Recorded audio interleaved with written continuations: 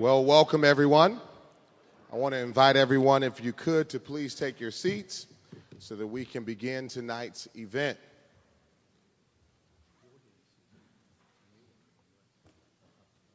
Thank you very much first for coming out tonight. Your presence means so much at this event, and thank you for braving the inclement weather.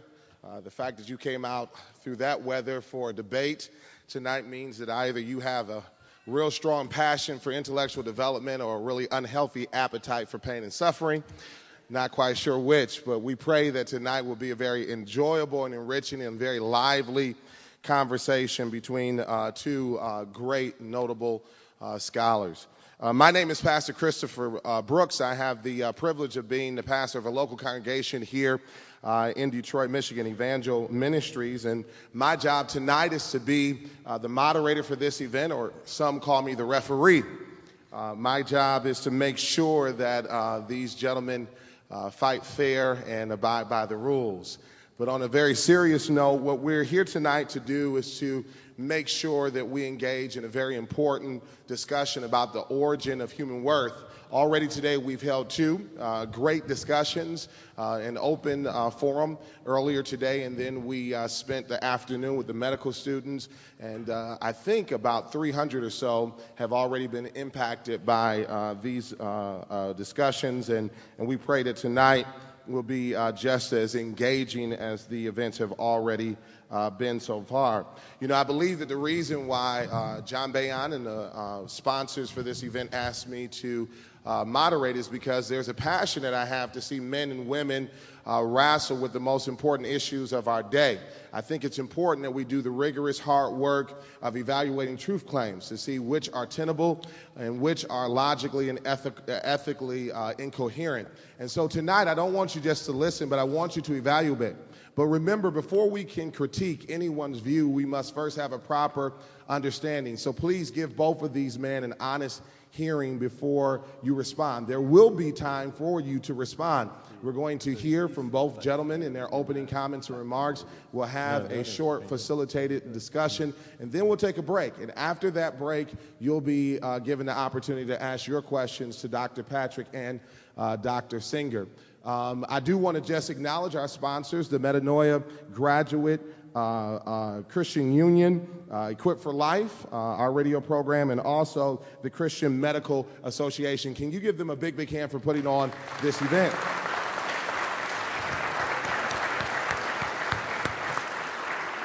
They inform me that there are great resources. In the back, there is a resource table for you to be able to keep the conversation going. Hopefully, after this discussion is over, the conversation won't stop, because this is too important for us to stop tonight. So please stop at our table and pick up some resources. Some are free, some do have costs associated with them. Also at the break, there's waters that are out there for your enjoyment. One of the other things that I'm really excited about is that this discussion is being held in our city.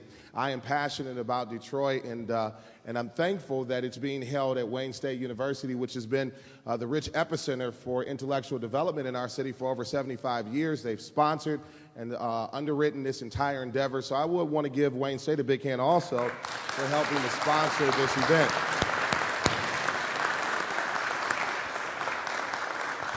But let me, for just a few moments, set the context of the conversation we're going to have tonight, especially on the origin of human life, whether or not God does exist, and the implications that has on human worth.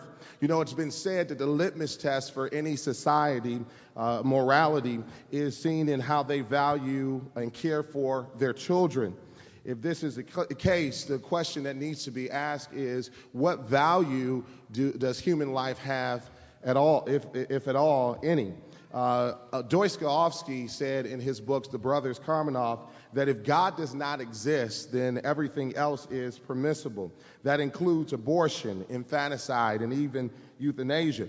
However, if the first four words in the book of Genesis are true, and in the beginning God, then it will follow that there is a sacredness to life, and that human beings occupy a very special place in our world, and that we have intrinsic value because we were created by an all-powerful and all-loving God.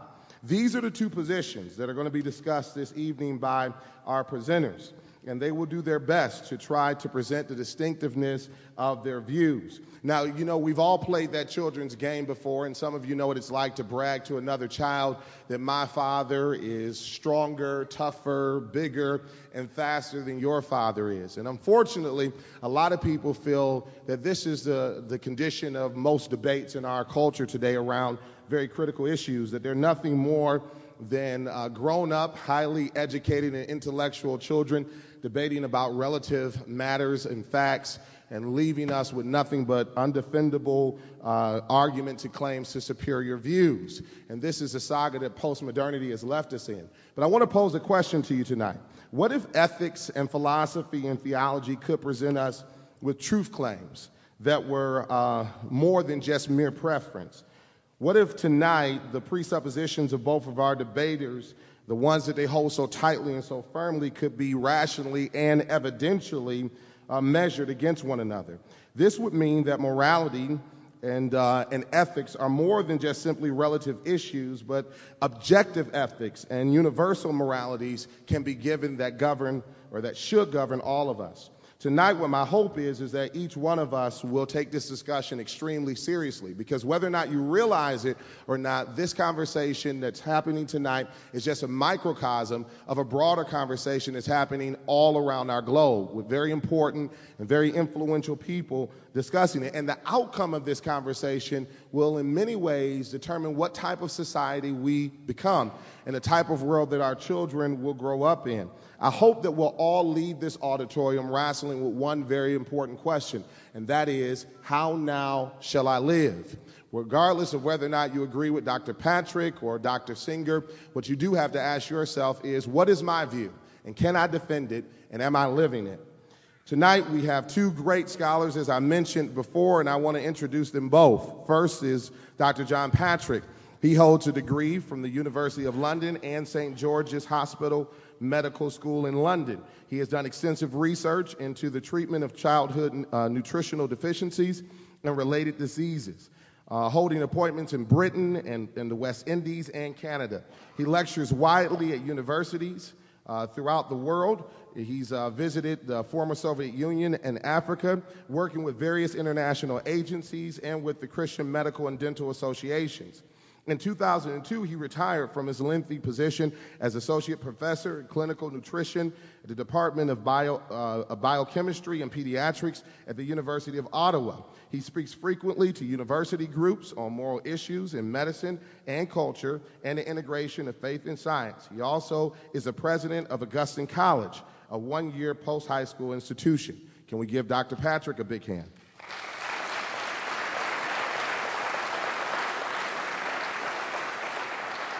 Debating him tonight will be Dr. Peter Singer, who was educated at the University of Melbourne and the University of Oxford. He has taught at the University of Oxford, La Trobe University, and Monash University. And since 1999, he has been the Ira W. DeCamp Professor of Bioethics in the University Center for Human Values at Princeton University. From 2005 on, he has also held the part-time position of Laureate Professor at the University of Melbourne in the Center for Applied Philosophy and Public Ethics. Among Dr. Singer's numerous publications are his books, Animal Liberation, Practical Ethics, The Expanding Circle, Should the Baby Live, How Are We to Live, and The Life You Can Save. Dr. Singer was the founding president of the International Association of Bioethics and the founding co-editor of the journal Bioethics. Outside academic life, he is the co-founder and president of the Great Ape Project, an international effort to obtain basic rights for chimpanzees, gorillas, and orangutans. He is also president of Animal Rights International. Now, a little bit about our format tonight. Both gentlemen will have 15 minutes to make opening remarks. After that, we'll have a 45-minute discussion that I'll facilitate. We'll take a short break, and then we'll come back. And after that break, you'll be able to ask your questions as an audience to these distinguished gentlemen here tonight. Can we welcome for our first opening remarks, Dr. Peter Singer? Can you give him a big, big hand as he comes?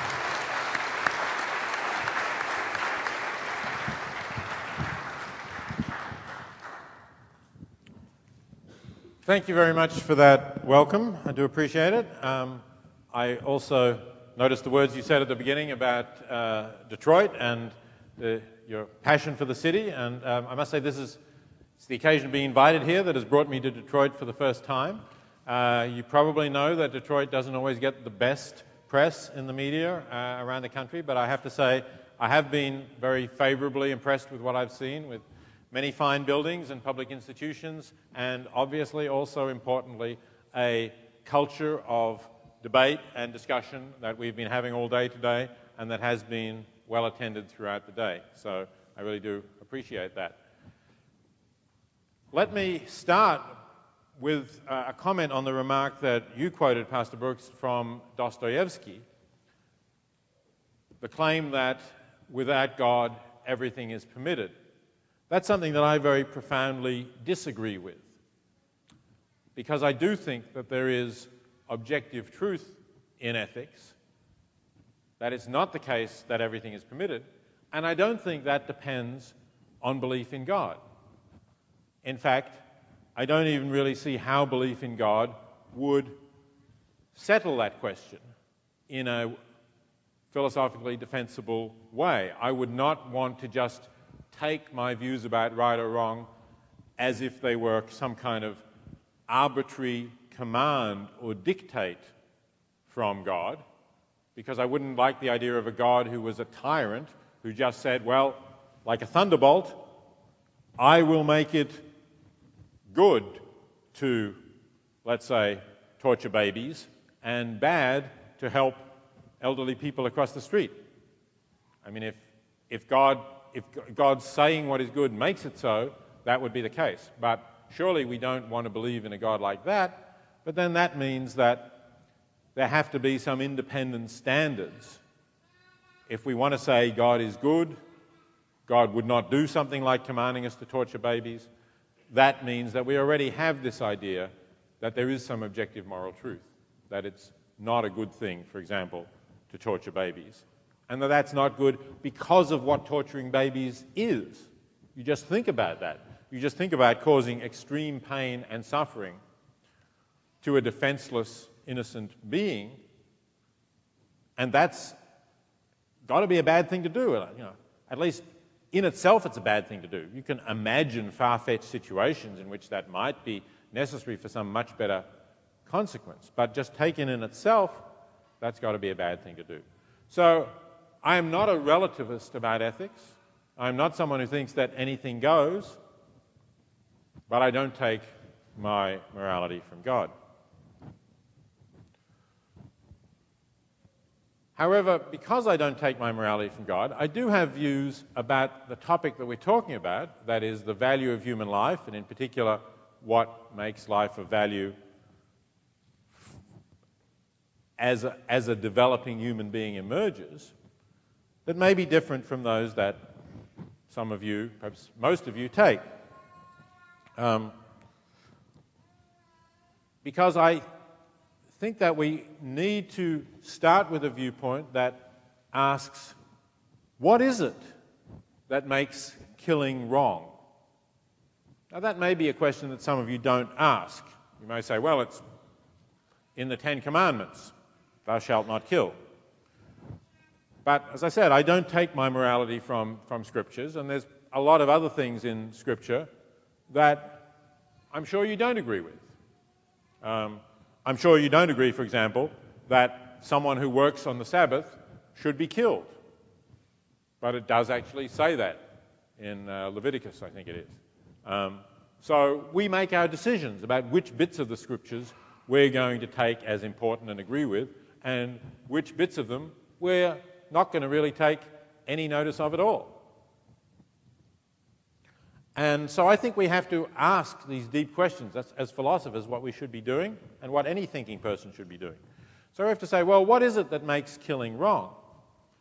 Now, we might say, look, if a being could enjoy his or her life, then why not let that being go on living and let that being enjoy his or her life? And I think that that makes sense in a way, that we can understand that to a certain degree.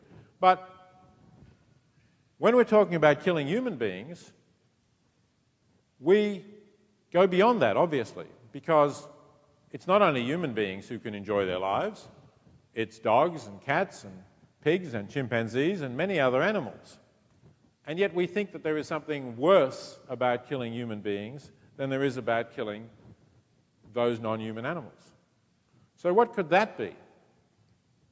Well, I think it has to be something about the kind of lives that we can live,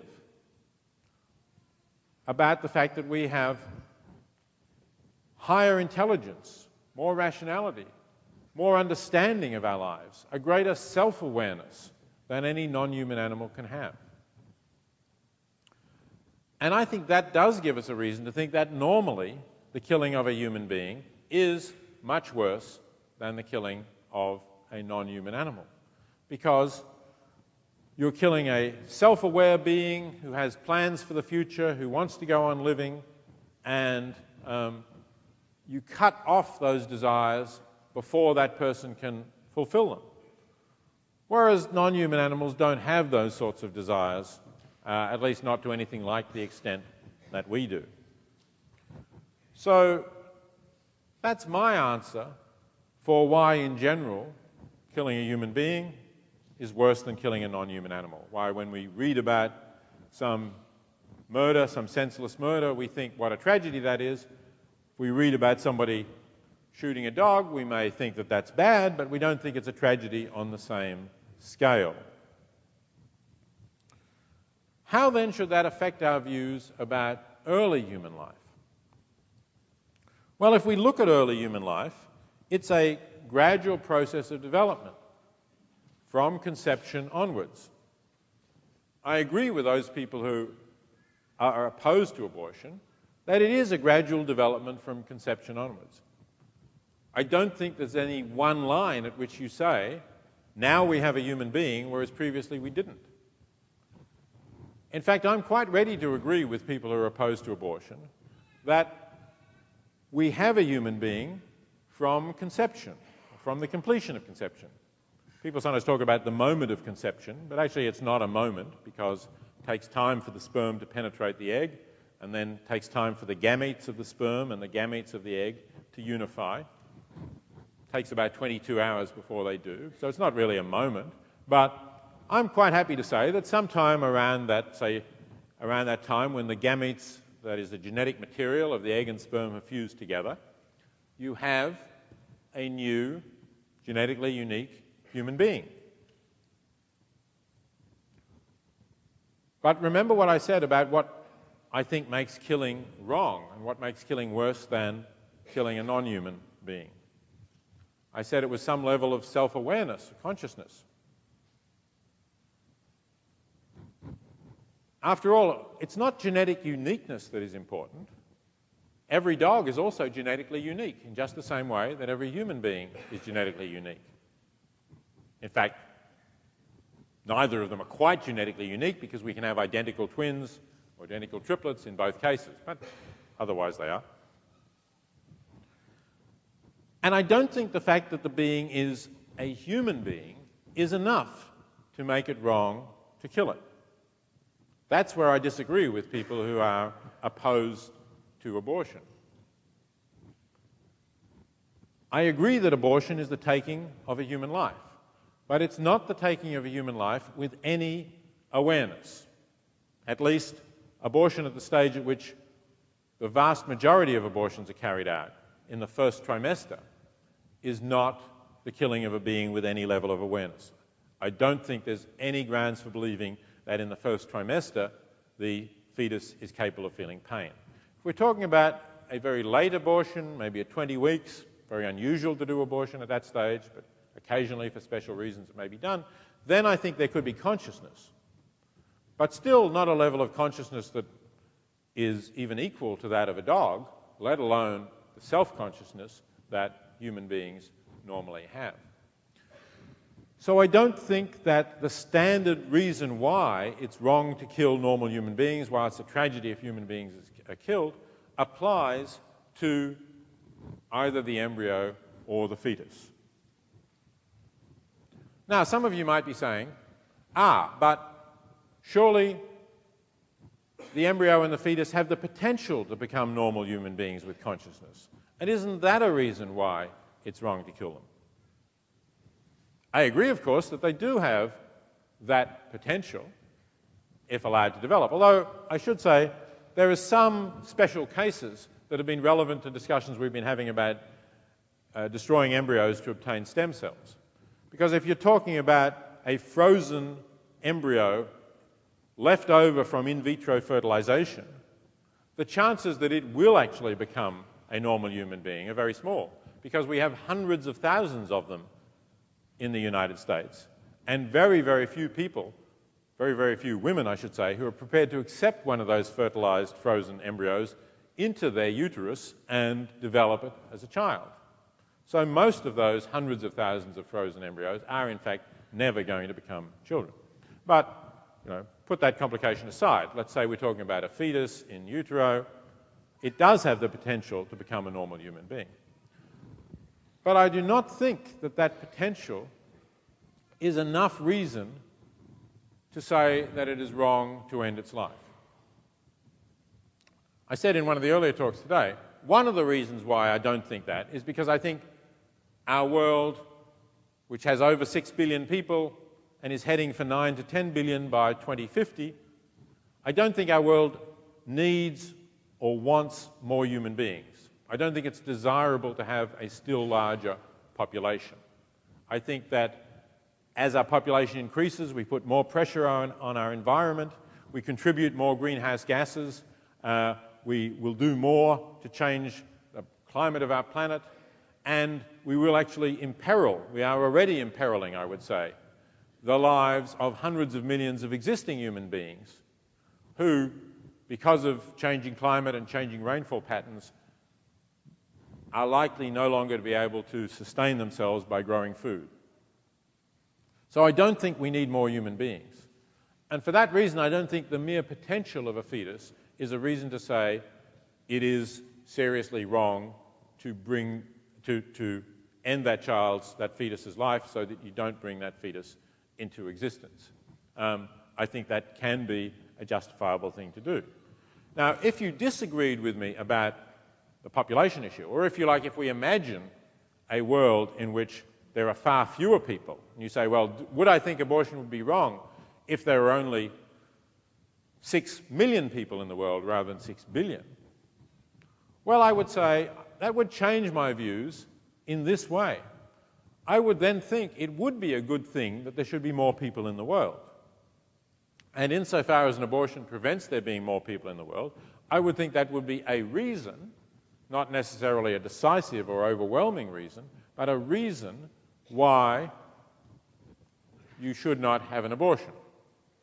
But equally, if what we're interested in is having more people in the world, we would want to encourage people to have more children.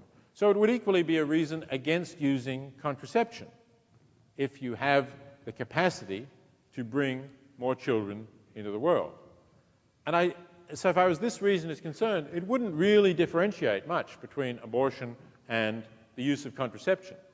They would both be wrong because they would both prevent a future being who could live in this very underpopulated world, could enrich the world, could have a good life, could help others, and so on. And it wouldn't only be the use of contraception that would be wrong, it would also be abstaining from sexual intercourse if you're fertile and able to bring children into the world, because that would also, of course, bring more children into the world. So I think if you want to use this as a reason to argue against abortion, this idea that it's good for there to be more people in the world, you are committed to fairly strange consequences in terms of an obligation to procreate, at least other things being equal, which most people don't believe in. Of course, if you do take morality from the Bible, you could take that injunction to go forth and multiply as something that is what you ought to do in those circumstances. And then, as I say, in an underpopulated world, consistently you could oppose abortion. Now, I've got 2 minutes left. So let me just say one more thing, a little thought to throw in that's relevant specifically to the debate we've been having in this country about the destruction of embryos to early embryos to produce stem cells. It's another point that also relates to this issue about potential. We are developing interesting capacities as far as early human life is concerned. And if people say that it's wrong to destroy an embryo because it destroys a unique human individual, you could actually do this. You could let that embryo develop in the laboratory until it is 2 or 4 cells. In fact, these embryos that we're taking are already generally 2 or 4 cells. And you could then divide that embryo cells in half. And both of those halves now have the potential to become a complete human being. And you could use one of them and destroy it for taking stem cells. And you would have another one which was genetically identical with the one you destroyed. So when people say each embryo is unique and genetically unique, and that's why we ought not to destroy them, they often don't realize that this is not really in itself a good argument against doing what I just mentioned and destroying embryos. We can have the unique genetic embryo and we can have another one to destroy. So I think people who want to use that argument have to think of some different reason from genetic uniqueness, because genetic uniqueness has become, with our new technology, something that we can decide about. It's not just a matter of the freaks of identical twins. We can actually artificially produce identical twins or identical quadruplets if we wanted to. So we could preserve that uniqueness while still getting the stem cells. Just leave you with that thought, and we'll be back for further conversation. Thank you.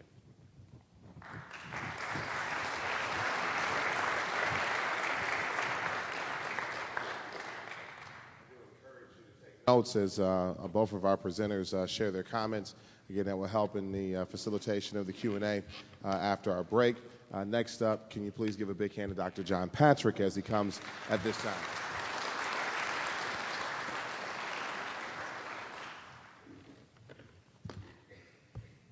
I'm also very pleased.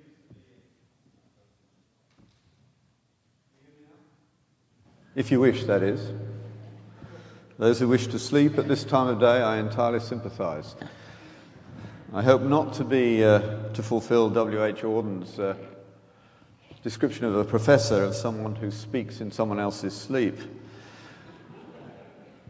But the issue for tonight is, what duties, if any, do we owe to human beings in the early part of their development? And does it have any bearing whether that development from our point of view shall be perfect or otherwise?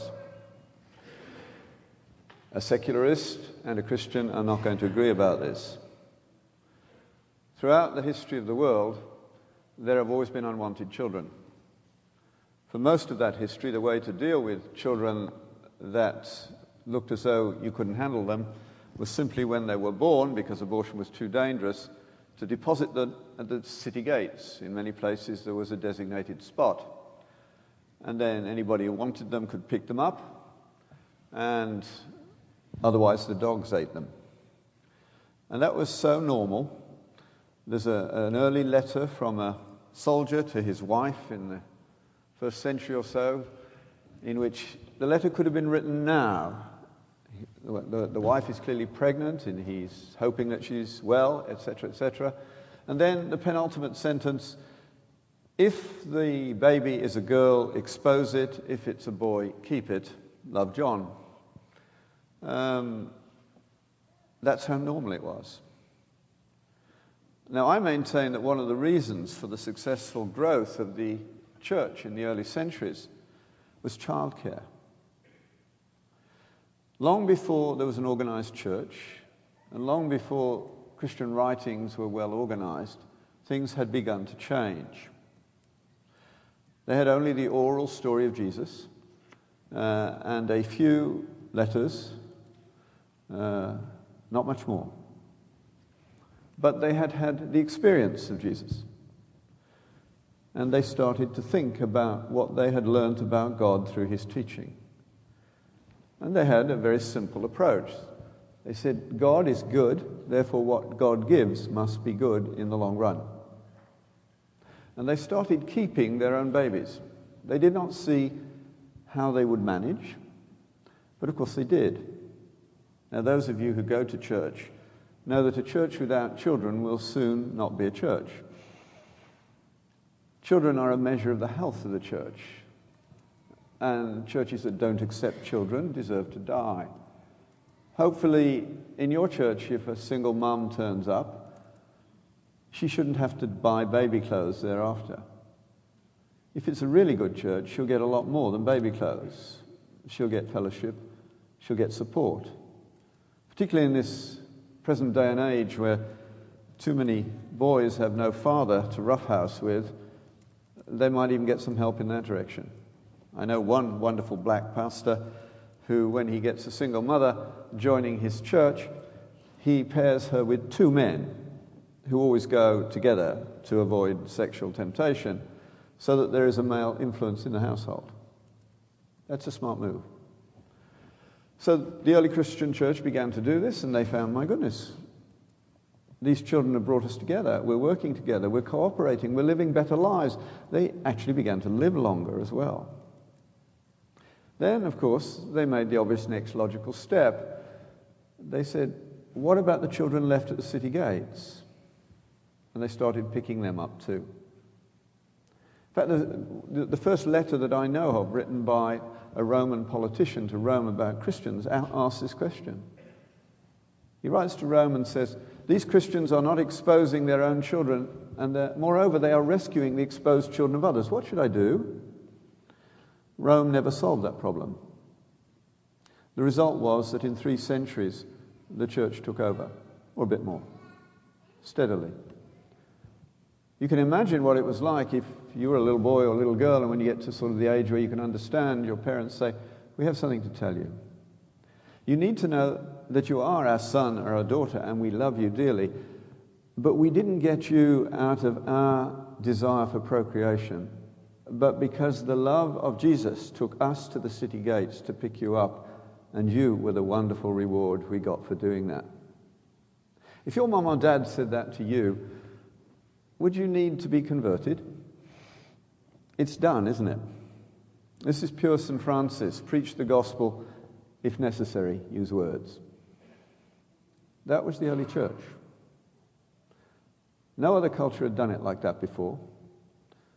And for a long while it remained that way. Of course, during this same period, hypocrisy's insights into the importance of transcendence, belief in God and belief in judgment after death, to make the doctor more reliable, had also begun to work.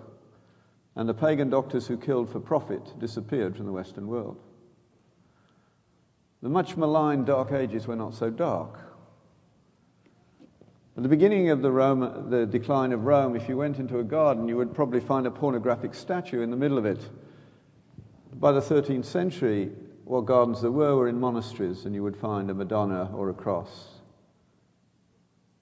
And the soul of Europe had been purged. Slavery in its explicit form had disappeared.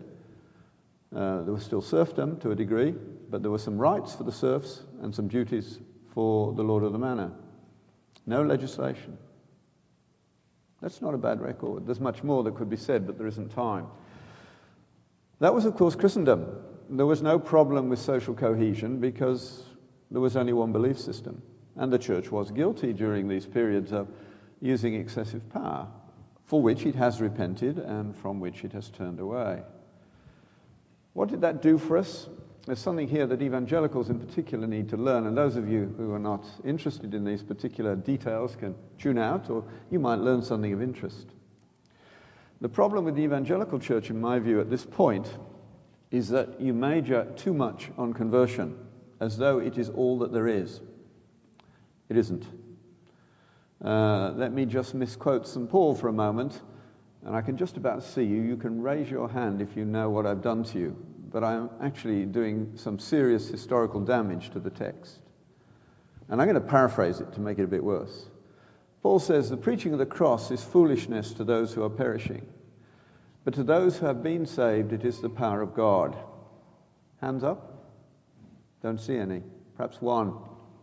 See, what he actually said was this: the preaching of the cross is foolishness to those who are perishing, But to those who are being saved, it is the power of God.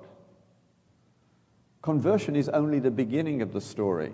So many evangelical Christians behave rather like somebody going to the hockey game and leaving after the national anthem and missing the game, not entering into the joy.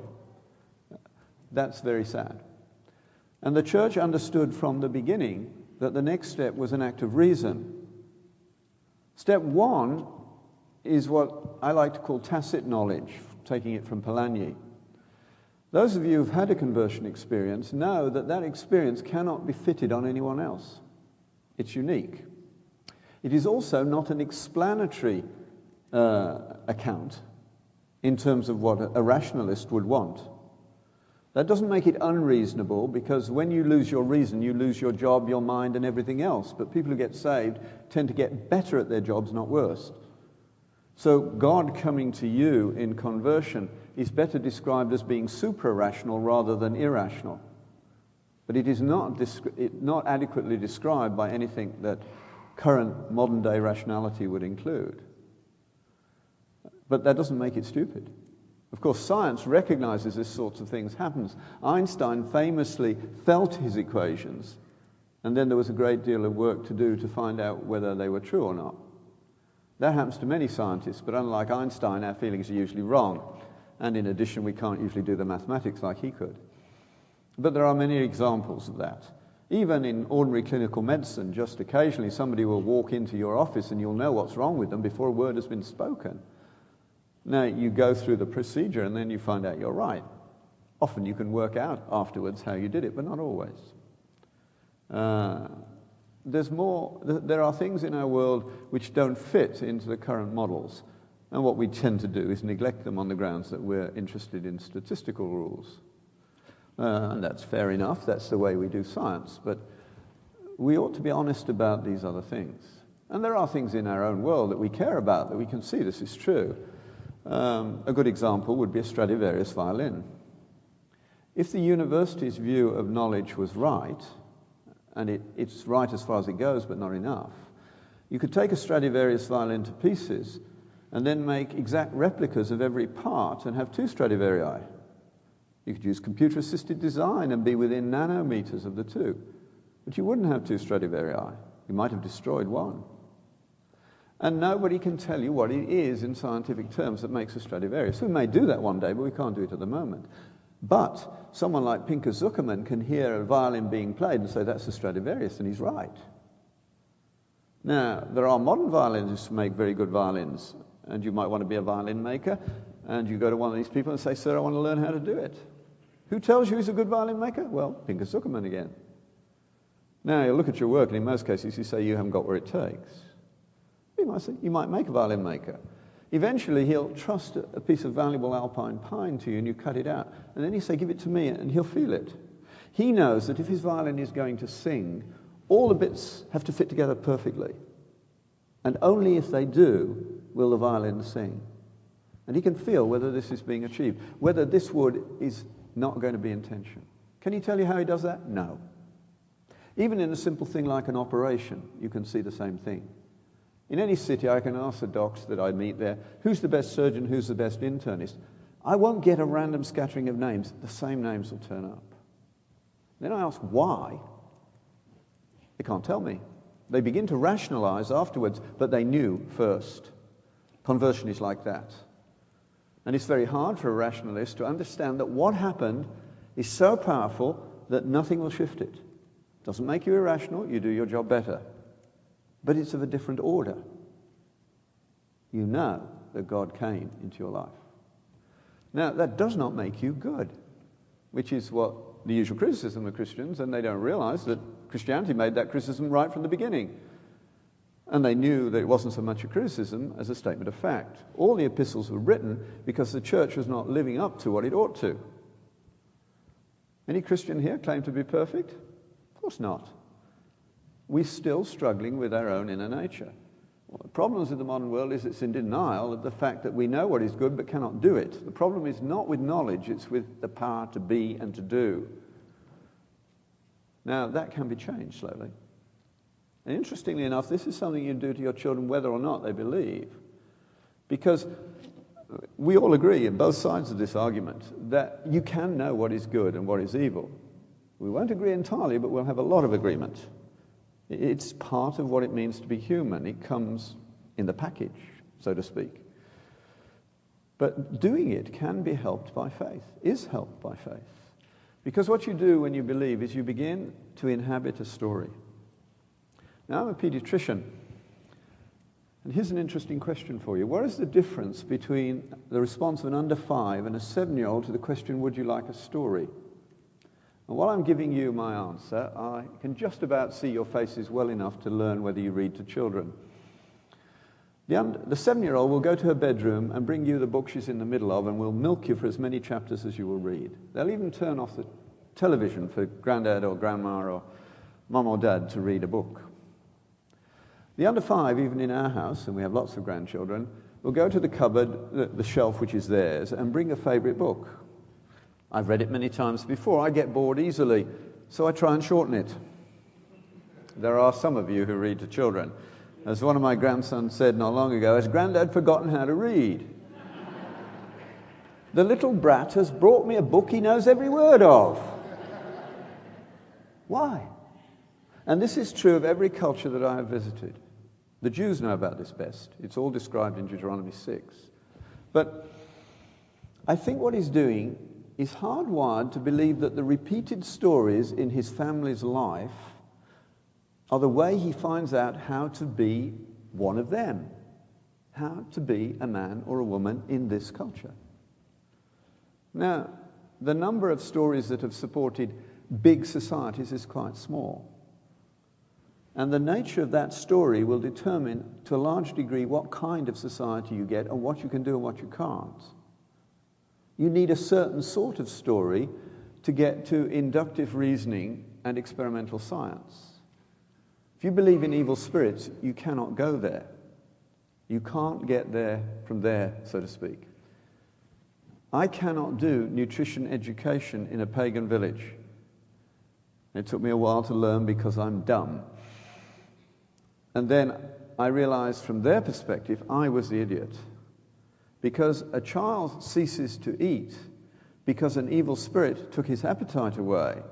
So the obvious thing to do is to spend your money on the witch doctor to get him to drive the evil spirit away.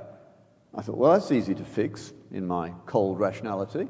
If I feed your child, he will get better. Ah, but you have a stronger spirit. Can't beat that argument. Different stories produce different outcomes. The problem with the evangelical church, it's not been telling its own story. It's allowed the world that followed the 15th and 16th century changes to dominate the way we express ourselves. We need to change that. What disappeared in particular is the idea of purpose, which dominated all ancient literature. But you use the word purpose in the average biology department of even this university, and the biologists will have apoplexy. As one student showed me not long ago, a very good essay, but she wrote in the middle, the heart looks to me to be marvelously designed. Great red line through it. If you use the word design in this course again, you will fail. Now, she didn't say it was designed. She said it looked as though it was designed to her. Isn't she allowed to have that opinion? Apparently not. Now, teleology is important. Of course, we can't actually live without it, especially in my own specialty of biochemistry. Because when we got the first sequence of DNA, we didn't know what it was. It was a physicist who understood. He said, that's got to be a code. Of course it was. Then we cracked the code and realized that it had long chains of amino acids in there. So the next thing we did was get that DNA to express that code so that we could get the protein with, 300 amino acids all tied up together. When you look at it under an electron microscope or in a model, it doesn't look pretty. It looks a bit like a ball of wool that a cat's played with. So what's the next question you have to ask? First you ask, what's the DNA for? Then when you've got the protein, when you've got the sequence, you say, what's the protein for? That's teleology. At this level, we can't do it any other way. Purpose is built into our world as a means of understanding, and we can't avoid it. We need to think about where it came from. What happened at that time is quantity displaced quality. Fact changed its meaning. Newton was the last of the medievals, really. He still believed that moral facts were more reliable than physical facts. Modern scientists think that physical facts are more reliable than moral facts. They're actually wrong, because what we think is a physical fact is often a misinterpretation of the data. But quantitation cannot be applied to all the things that matter to you most. You cannot live without love, without truth, without fidelity, without honor. None of them can be measured. And it's your conception of these things which will work out for you what your responsibilities are towards the unborn at all stages and towards the disabled in particular. I, for my sins, was arrogant enough to think that my understanding of perfection was enough to allow me to persuade women to have abortions a long while ago when it was still illegal, because their baby was not going to have a good enough quality of life as judged by me. I end up, irony being what it is, running a clinic for the severely disabled, and week after week being reminded of my foolishness. One little anecdote and I'm done, because I think my time is up. The one advantage of bright lights is that I can't see a controller. And I could go on neglecting him like Nelson putting his glass to the blind eye. But I'll never forget Melissa. A few years ago, interest rates went up into the double digits a long way. She was a little girl who could just manage to get around with a walker. She could not speak, and she needed help with feeding. She was about 5, and she came to my clinic regularly. Mum and Dad were having a hard time. Their business was going bankrupt. They were fighting quite frequently. But every time they fought, little Melissa would somehow get to her walker and insert herself between Mum and Dad. And she would not move until they kissed and made up. And Mum, with tears in her eyes, said, "If it hadn't been for Melissa, our family would have broken up." Now, Melissa is exactly the kind of child who I would have dismissed as having a life of no value whatsoever. I would have done the same with Beethoven too, but that's another question.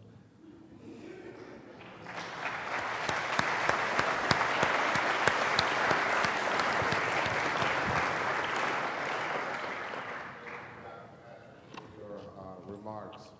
At this time, I want to ask both of our debaters several questions in which they'll have opportunity to respond. Well, you're the expert on answering questions. I'm going to ask that each one of you spend about 2 to 3 minutes responding to a question, and then give the other an opportunity to present remarks and rebuttal. But you talked about, Dr. Patrick, the fact that we all operate from a narrative, and very clearly you have both distinctly different narratives.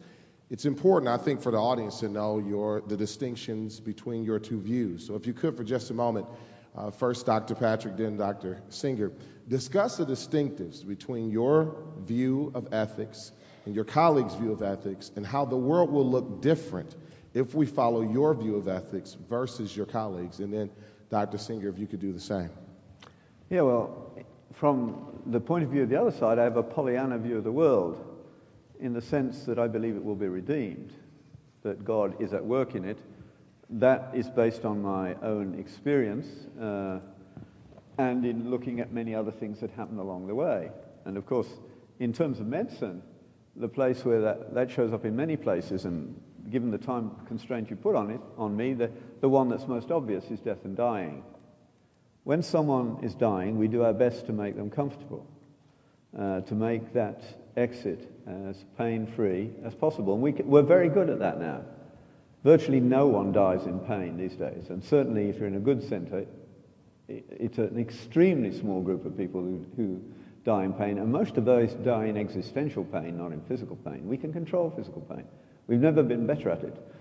But the question is, what do you say to children or to adults when death is approaching? And if they have faith, then it's much easier, because they also have hope. Now, it may turn out that hope is not justified. Certainly, none of us can prove the existence of God nor the non-existence of God. Faith comes first. And Augustine understood that when he said that what you believe determines what you can understand. And the belief in God does change the way you die. And it doesn't matter where you are in the world. And I always say to medical students, if you want to see something that will push you in this direction, if you're open to that, never miss an opportunity to sit at the deathbed of anyone. Find out first what they believe if you can, and you will see the difference. Dr. Singer, if you could just comment on that for just a moment. What are the distinctives between your ethical views, and how will the world look different as we follow the different paths? Well, the world would differ in a variety of ways. We were focusing, I think, in the session on early human life, so obviously, I guess, one difference is that I think it's justifiable to destroy embryos to obtain stem cells for research. The use of stem cells for research may lead to cures. We don't know for sure that it will, but it may lead to cures of a wide variety of diseases. So one difference might be that these diseases are cured if we follow my view, and not if we follow the view of those who think that it is wrong to destroy those stem cells. But there are many other differences as well. Obviously, the issue of abortion is relevant, and on my view, we will have a situation more like the one we have today. That is, that women who get pregnant and don't want to get pregnant, don't want to be pregnant, will have the choice to end that pregnancy. Whereas, on at least some other views, that is not going to be the case. Now, we can discuss what the consequences of that might be. Obviously, many women who are pregnant and don't want to be are extremely distressed by that situation, but we could have a long debate about that consequences. At the other end of life, it does seem that Dr. Patrick and I clearly disagree about the permissibility of euthanasia. I am a supporter of patients' rights to decide when they have had enough. And obviously, I would want there to be conditions that they be well informed, that they be settled in their decision, that it be a view that they've held for some time, not just that it be acted on immediately that it's first uttered. But I would allow competent, autonomous adults to decide that their quality of life, or their prospects of their future life, are so poor that they do not wish to live until a natural death. And I would allow physicians to assist them in bringing about a death at the time they want it, as in fact can happen already in the state of Oregon, and as happens in the state of Washington as well, and also in Europe, as happens in a number of countries, in the Netherlands and Belgium and Luxembourg and in Switzerland as well. So these are not radically different societies. I don't think people who go to the Netherlands, where euthanasia has been practiced by physicians for more than 20 years, will find that this is somehow a harsh or intolerant society. On the contrary, I think Dr. Patrick agreed from a remark he made earlier that the Dutch are generally very kind, thoughtful people, and I regard caring for people and respecting their wishes at the end of their life as one sign of that. But certainly that would be a difference, that people would have more choice and the ability to act on those choices than they currently have in the United States, with the exceptions of Oregon and Washington. I just want to add one little rider to that. I have and I think many people on my side of the equation have no desire to stop others doing that, but to provide environments within which the two worldviews can be expressed. I would actually like to see development of two medical systems. I don't want abortion to be made illegal or euthanasia to be made illegal. I want them to be made unthinkable. And if we can't do that, then people are going to go on doing it. I think that's the better way to do. Anybody who's seen a backstreet abortion death never wants to see another. No one should die that way. And if you hold the position Peter Singer holds, there's no reason why you should. If you hold my position, there's no reason why you would want to. Dr. Singer, the next question will begin with you, and then Dr. Patrick, you can give rebuttal. As has been noted already, we're here to talk primarily about the early stages of human life. And in particular, I want to ask a few questions about the issue of abortion. which many will argue is the taking of an innocent life. So my question to you, Dr. Singer, is when, if ever, is it justifiable to take an innocent life? Well, if your question is when is it justifiable, I mean, I can't give a short answer to that. Sorry, I've got some feedback there. I can't give a short answer to that because the expression an innocent human life covers everything from the zygote, the single-celled organism immediately after conception. I agree that that's an innocent human life, to one of us here. And I think it makes a huge difference at what stage of that life you're at. So I think that it makes a difference whether you're conscious, and it makes a further difference whether you're not only conscious, but also self-aware and capable of seeing yourself as existing over time. But then even apart from that, there are also questions about other possible circumstances where we could debate when it's justifiable to take an innocent human life. For example, the United States has been taking innocent human lives in Afghanistan. It's acknowledged that in its bombing raids aimed at Taliban, innocent human beings, civilians, have been killed. That's acknowledged on all sides. There's some debate about how many, but it's acknowledged that they have been killed and no doubt will be killed in future as the war continues. Is it justified to attempt to get rid of the Taliban by bombing areas where you know civilians are living and where you can foresee that some of those civilians will be killed? That's a case where actually I would say it's not justified, whereas it seems that most people in the United States, and both the current president and President George W. Bush, think it is justified. So we have to think about circumstances as well as thinking about the nature of the beings that we're discussing. Dr. Patrick. I think it's been very extensively covered here, but there's a huge literature on judicial execution and on the just war theory, and it's not agreed even amongst Christians altogether, and it's certainly not agreed amongst secularists. So, but there is a large literature which deals with that. In the context of medicine, we have two clear situations in which it might happen, where you choose the lesser of two evils, and where there is an unexpected effect of an attempt to do something good. So in each of those cases, an innocent life may be lost. From the Christian point of view, intention is the most important thing. Given our belief in God, He is capable of doing whatever He wishes. He doesn't look so much on our actions as our intentions. If we've screwed it up, He can still sort it out, and sometimes that happens. The law-driven world has to be that way for us to understand it. But that doesn't mean there can't be interventions into it that cannot be described in that way. And you go to places in the developing world where you're beyond your limits of normal behavior, and you see those things happen. So I don't have clear things to say beyond that point. So we have some examples, but we're not that so very different on that one, except that we would not kill for... In terms of the modern abortion, that's unthinkable for a Christian. And I want it to be unthinkable for others. The vast majority of abortions in America now are for essentially trivial reasons. They're contraception that failed.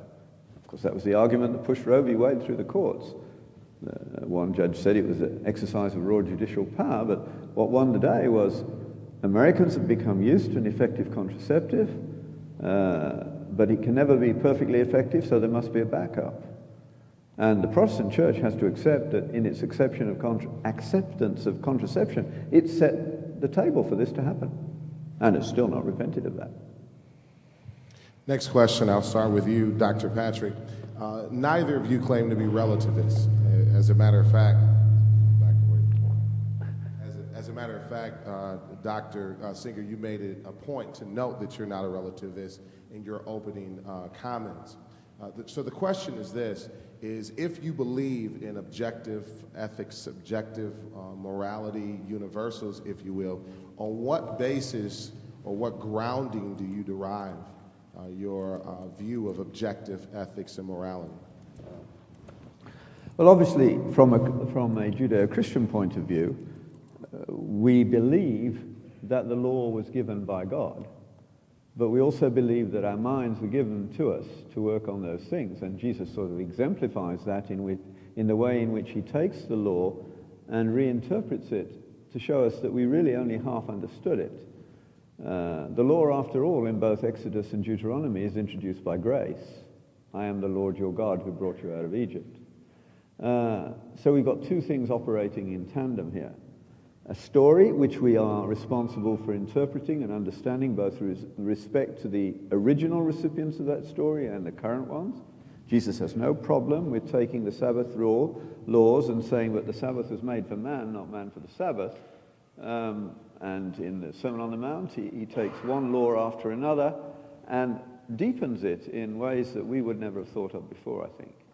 So it is a progressive revelation, and it's still going on.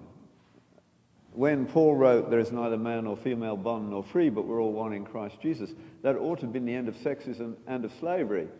Well, we got rid of slavery in about 1800 years, and we're still working on the other one. We're not very quick learners. That's the way it is. But we make our progress in what should be done by thinking about what has happened to us already and using the means of grace in various ways and allowing them to work in our hearts and minds as we use spiritual disciplines. And the trouble with the current church is that it's not very much into spiritual discipline. Well, I also think that it's an issue on which we have to use our thought and reflection and intelligence, and we could get it wrong, just as Dr. Patrick just pointed out. Christians got the issue of slavery wrong for 1800 years.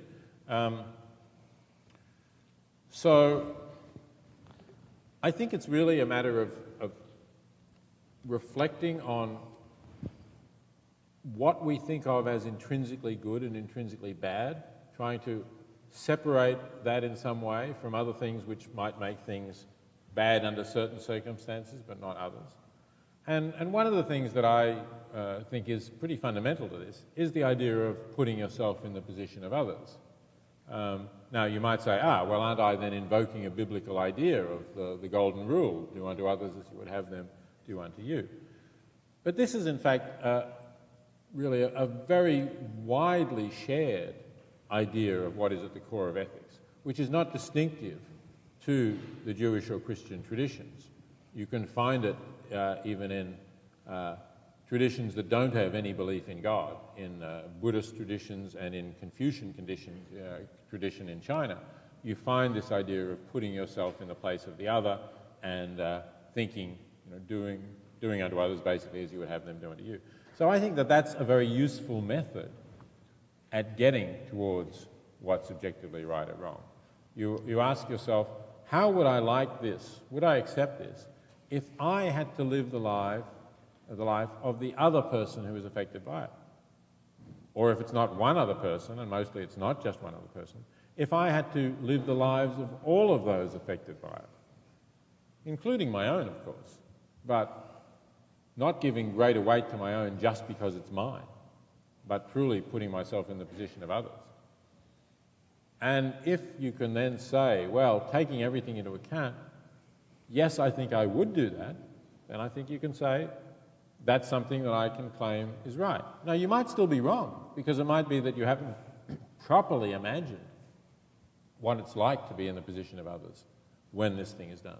And some of these things are very difficult to imagine, difficult even to have the knowledge, because they might project far into the future. We might do things that have consequences for people far in the future, and we might not know what those things might be. As, for example, we didn't know about climate change a century or so ago, so we understand better, I think, the consequences of some of our actions now than we did then. So, there are relevant facts that we have to learn. There's a task of empathy, of putting yourself in the position of others and understanding what it's like to be them, that we also have to learn. But that's really what the task is. It's trying to work that out and trying to see what things, what actions, what choices would make the world better for all of those affected by them. Thank you.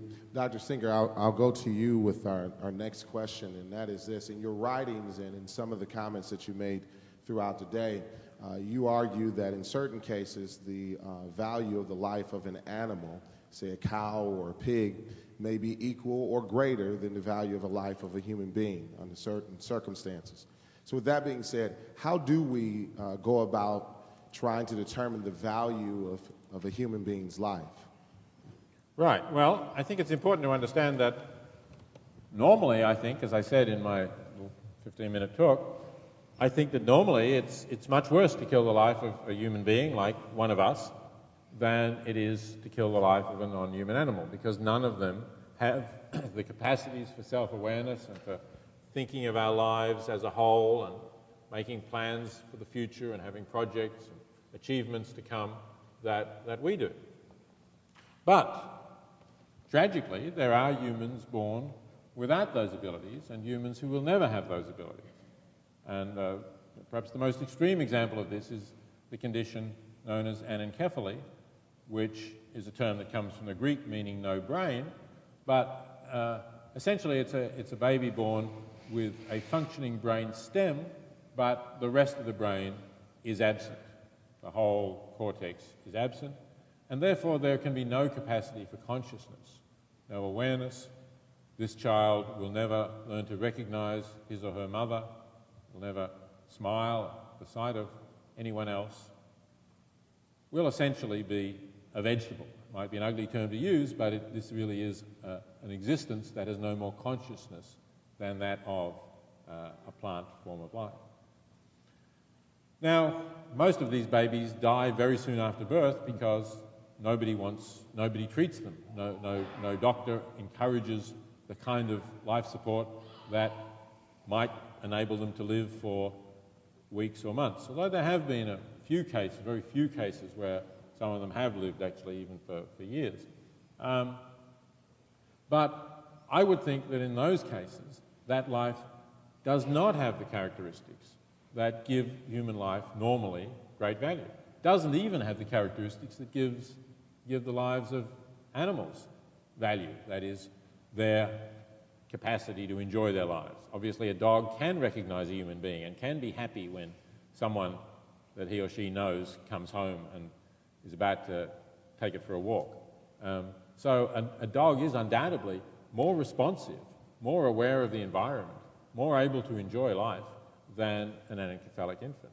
So that, at least at that extreme, is a case where I would say it's would be worse to, for no good reason, end the life of the dog than it would be to end the life of the anencephalic child. I should just add, the views of the parents are, of course, relevant. And if the parents, for some reason, do want that child to live, we should certainly listen to them. That is important. But I'm assuming a case where there are no parents or the parents don't wish for their child to live, as is, in fact, usually the case with anencephalic infants. Dr. Patrick, if you could again respond, and the question again is, how do we determine the value or potential of a human's life? You're asking one of the most difficult existential questions that comes a doctor's way. It's not an easy question to answer at all. These children both make and break families. Anencephaly, for the reasons that Professor Singer has pointed out, is not a huge problem. You can care for those children in terms of keeping them comfortable, and they die quite soon. There are many other syndromes which I've seen and dealt with that are not like that, and that are extremely difficult to handle and take a long while. They don't die quickly. And I can understand that someone who has no real faith in a providence overall would not be able to handle those. And I think there are some people who do have that faith who wouldn't be able to handle them. But there are people who can, and I think we need institutions to do that. Because I fear very greatly moving to a society where we start measuring what makes a person in terms of some function, because we all lose our functions in due course, as we see it.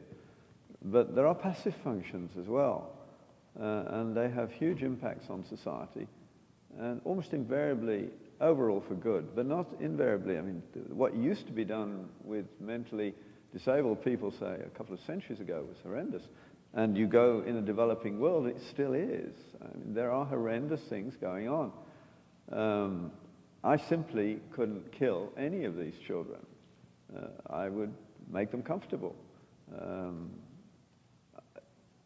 Every doctor has been through situations where you wish that this would be over, but that's a long way from being willing to finish it. This is one of the great problems that faces the human race. And I get very upset with people who take very cut and dried views to this without realizing how incredibly nuanced and complex it is. And you shouldn't use these very hard cases to set the general principles for how society lives. And we're tending to do that. I don't think that's a good way to go about it. If I can go to the next question, and I'll start with you, Dr. Patrick. You've spent a significant portion of your life in Africa, yes, helping and serving there. And Dr. Singer earlier commented on the strain that's upon our world's environment, resources, the argument of overpopulation. How do we justify helping to rescue the lives of children, for example, poor children in developing countries, if we are facing this tension of an overpopulated world with strained resources? How do we justify helping to rescue those children? Well, the first level of justice, those children have done no evil. We shouldn't do evil to them once they're here. The question is, what should we do in terms of the future? Now, of course, there's a vast overstatement of this problem. The feeding capacity of the Earth has been estimated at a minimum. It's certainly reached 12 billion. Already, throughout the world, there's a very steep decline in reproductive rates, and AIDS is pushing that along at a rate of knots. So the whole of the southern African cone is now facing population contraction at a very rapid rate. The whole of the Western world is failing to reproduce itself now, except the US. And it's not doing it from within its borders. It's only because it has a leaky southern border. The best contraceptive the world has ever found, the best anti-fertility thing, is actually materialism. The French had population stability long before we had a contraceptive. So the moment you can say we could have another baby or we could have a holiday in the Caribbean, you've got population control. In the Western world, without any question, the problem over the next few years is population decline, because, of course, the economy is directly related to the size of the population. The people in this auditorium tonight, it's doubtful whether there'll be enough people to look after them when they get old. One doesn't know what's going to happen in that context. There are vast stretches of the world that are totally uninhabited. In fact, at the beginning of, just as the Rwanda war was beginning, my wife and I were doing an 8-day walk through the Itumbi Mountains in Central Africa, because from the plane I had seen communities up there that I didn't know existed. But for 2 days we had to sleep in the bush because there was no one. This was fertile land.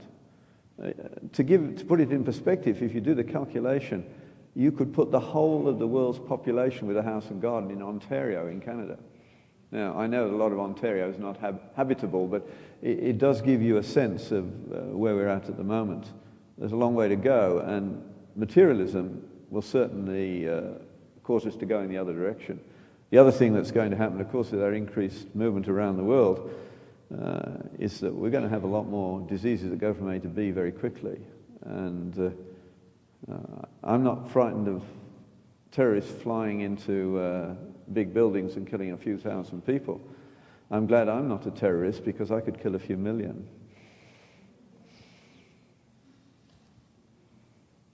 Dr. Singer? I'm not as optimistic as Dr. Patrick is about the global population issue. It is certainly true that population is not rising in Western countries, and in some of them is falling. But it is still rising very fast in many developing countries, including many African countries. Many of these countries are already with quite large populations, like Nigeria, and the Democratic Republic of Congo, so-called, and Ethiopia are experiencing rapid population growth, on track to double their population by before 2050.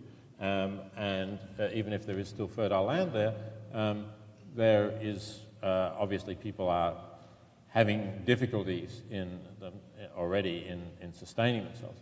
Plus, I believe that climate change is going to affect rainfall patterns in many places. Has already affected rainfall patterns in the place where I come from, southeastern Australia, and we've had very severe droughts for 12 years or so. Looks like this year has been a bit better, but it does seem, I mean, some of those years when we used to be a rice exporter, some of those years we couldn't grow any rice, and world rice prices went up, in part because of that in those years.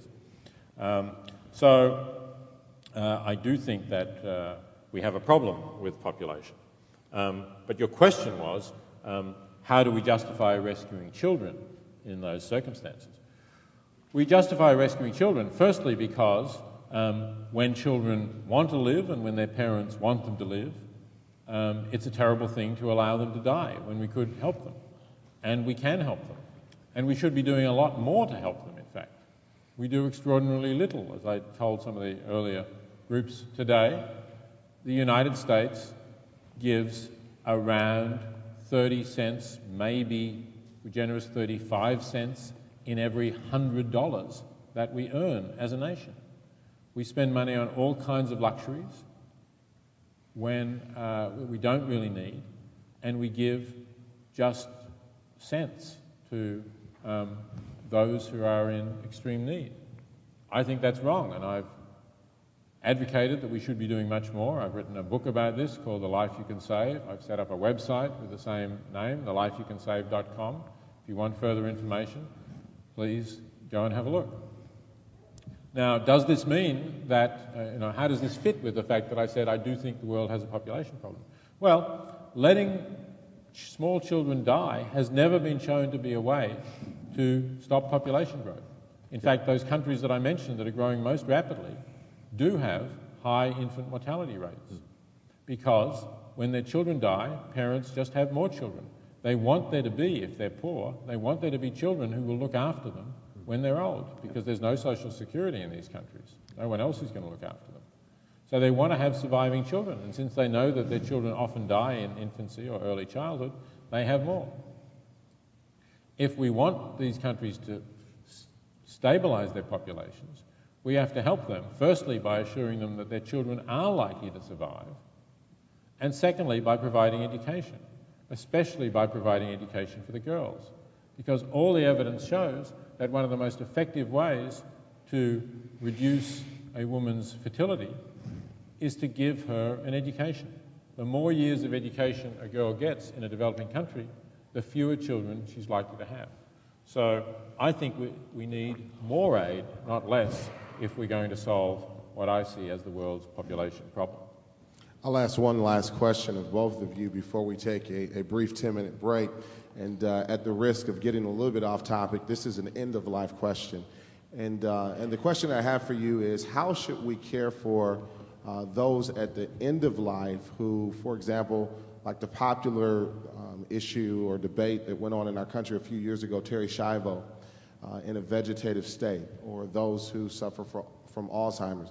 What responsibility to care for these individuals do we have as a society, and what's the basis for that? Is this me? Yes, it starts with you. Thank you. Dr. Singer. Okay. I think the major thing that we should be doing in these cases is to get more people to express their wishes while they're still competent about how they would like to be treated if they are no longer competent. That was really the problem with the Terri Schiavo case. There would have been no Terri Schiavo case if she had signed a document saying, I don't wish to continue to be kept alive if I am ever irreversibly lose consciousness. Assuming that we would have got agreement on that she had irreversibly lost consciousness. And I do think, at least in some cases, we can get agreement on that. Not maybe in every case, maybe it was disputed in the Schiavo case. But her husband Michael said that that was her wish. Her parents denied it. So there was a factual dispute here about what did she really want.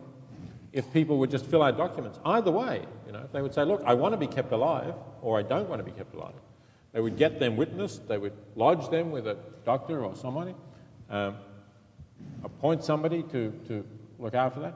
We would resolve a lot of these cases. But I think it ought to extend not merely to withdrawing life support, as happened in the Terry Schiavo case, pulling out the feeding tube. But I know that if I am ever so severely demented that, for example, I can no longer recognise my own children or my wife, I do not want to go on living.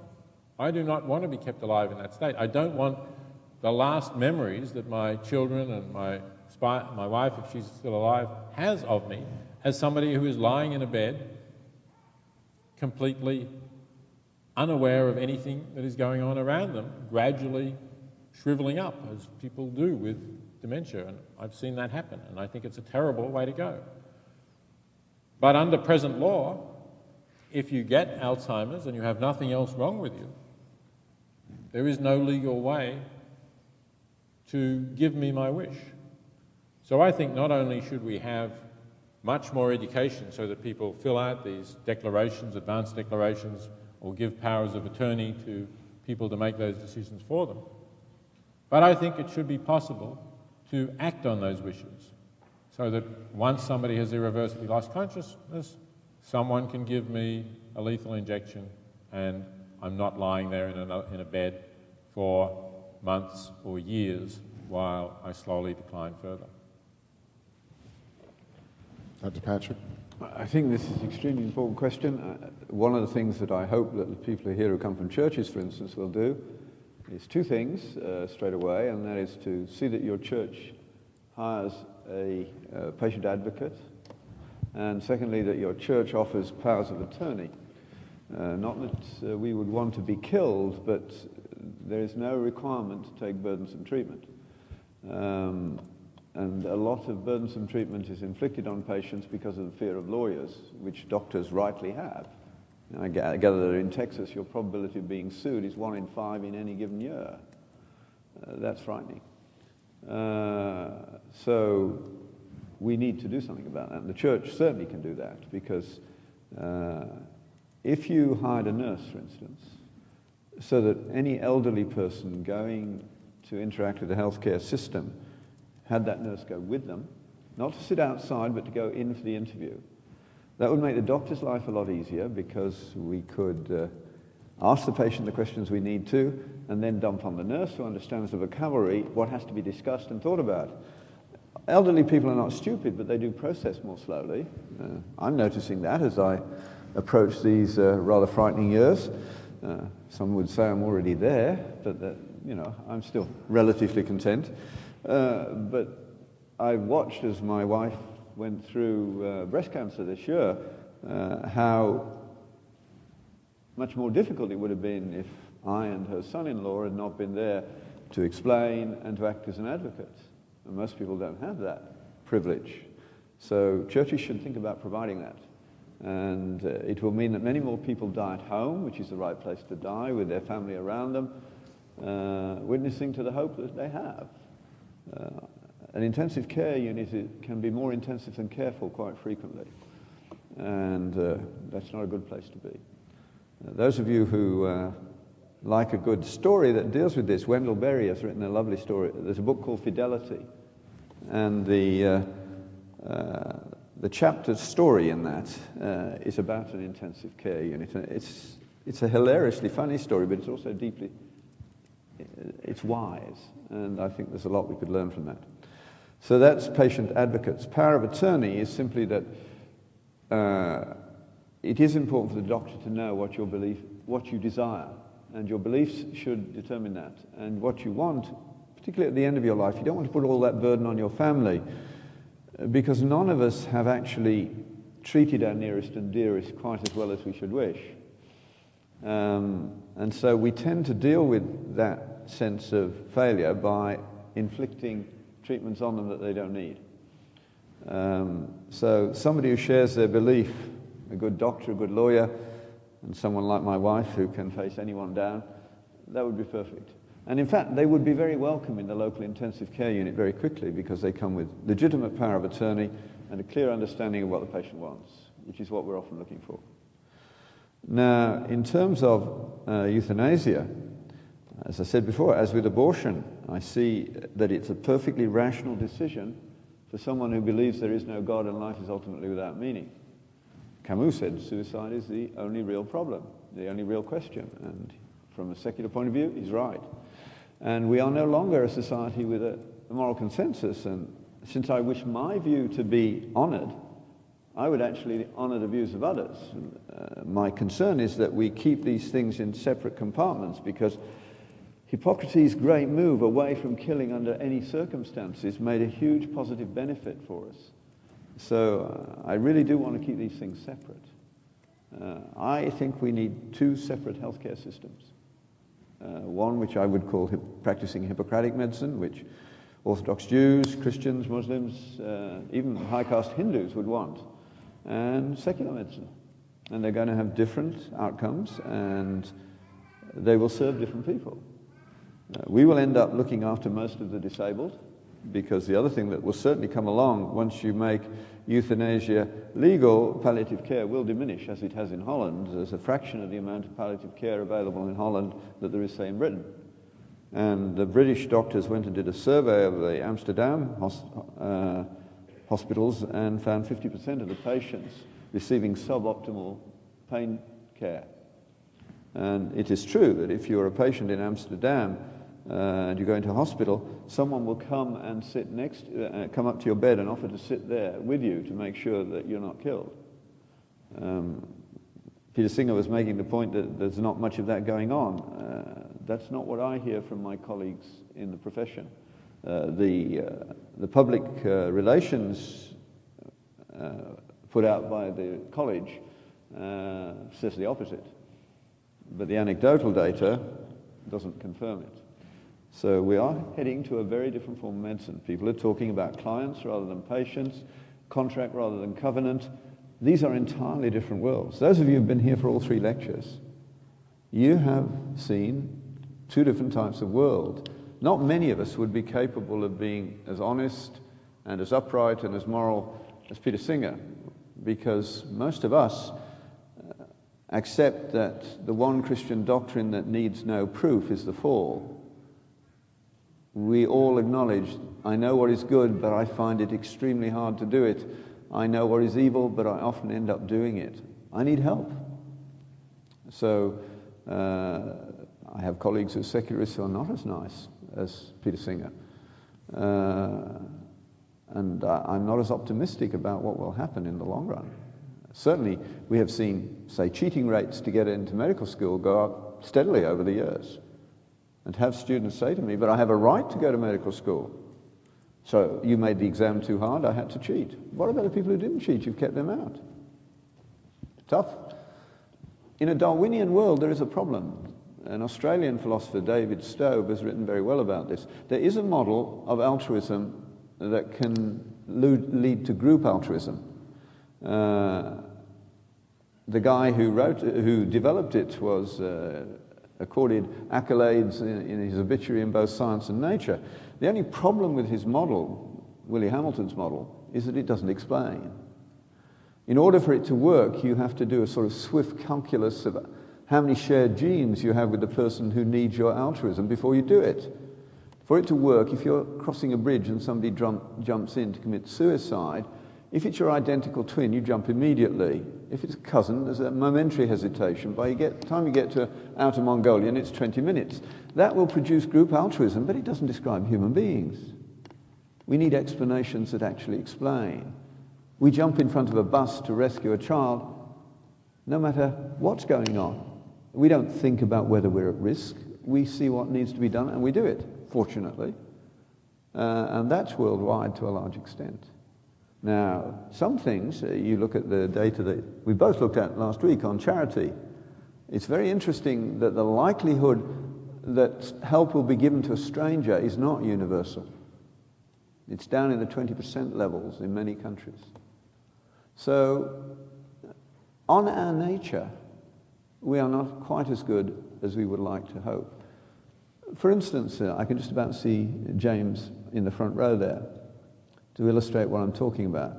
Let's imagine for a moment that James has cancer, and that last week in my lab I invented a cure for his cancer.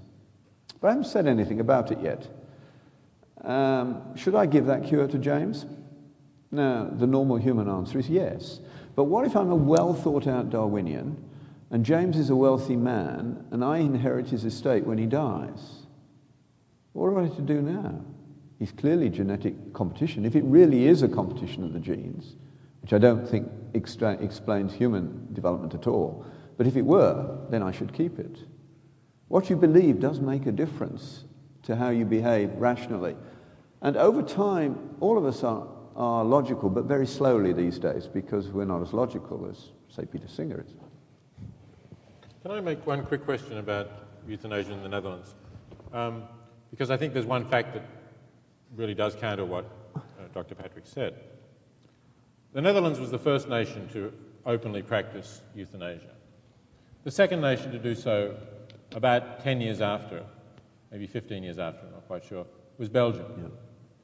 Now, Belgium is both the neighbour of the Netherlands, and it is the only country in the world, the only other country, a majority of whose population speak Dutch, or Flemish, but Flemish is really equivalent to Dutch. That means the Belgian people, more than any people in the world, can know what is going on in the Netherlands. They can watch the television that the Dutch people watch.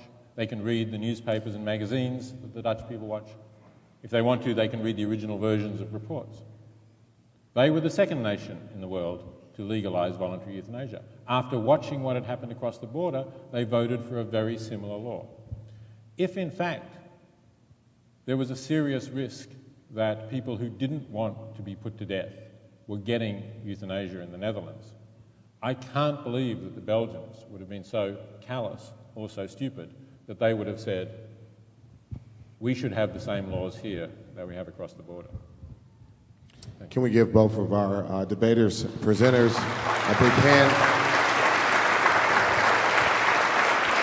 Now, I don't want you to leave, because tonight, a big part of tonight was designed around your interactions. Hopefully you have some challenging questions, much more challenging than the ones that I've already presented to both of these gentlemen. So we're going to take a 10-minute break. Now, when we come back, we'll be joined by two other guests, Mr. Jim Bowl, who will be joining us. He is the medical director at Angela Hospice, and also Dr. Bruce Russell, who has been, as many of you may know, a part of the philosophy department here at Wayne State for over 30 years and chaired it for 10 years. They'll both be joining us to take your questions. So let's take a quick 10-minute break. It's about 7:45, so at 7:55 we'll come back, line up, and begin to take your questions.